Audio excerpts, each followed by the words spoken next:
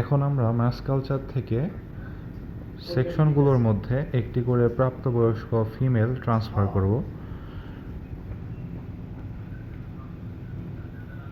মাইক্রোস্কোপে খুব সূক্ষ্মভাবে দেখে দেখে একটি করে প্রাপ্তবয়স্ক ফিমেল এখানে ট্রান্সফার করতে হবে।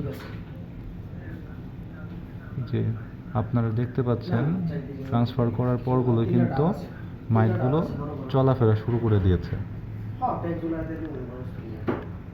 আমি সাজেস্ট করব সবাই যখন কাজ শুরু করবেন আকন্দ বিতান থেকে নিজের জন্য 4-5টি জিরো সাইজের ব্রাশ কিনে নেবেন।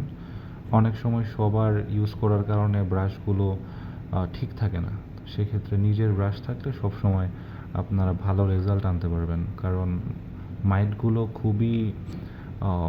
খুবই নাজুক, সেক্ষেত্রে হ্যান্ডেলিংয়ে যদি কোনো রকম প্রবলেম হয় বা একটু বেশি আঁচড় লেগে যায় মাইটগুলো কিন্তু মরে যাবে, সেক্ষেত্রে আপনি বেটার রেজাল্ট পাবেন না।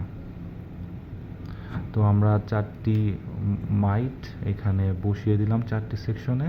এখন আমরা নাম্বারিং করে ফেলবো, কারণ নাম্বারিং না করলে আসলে আপনি বুঝতে পারবেন না যে আসলে কোন মাইটের ডেটা যখন আপনি ডেটা শিটে তুলবেন, সো কোনটা কোথায় তুলছেন সেটা কিন্তু বোঝা মুশকিল হয়ে যাবে।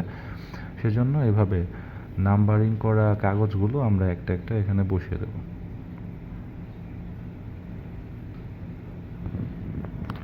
তো আমাদের পূর্ণ কাজটি কিন্তু এখন সম্পন্ন হয়ে গেল।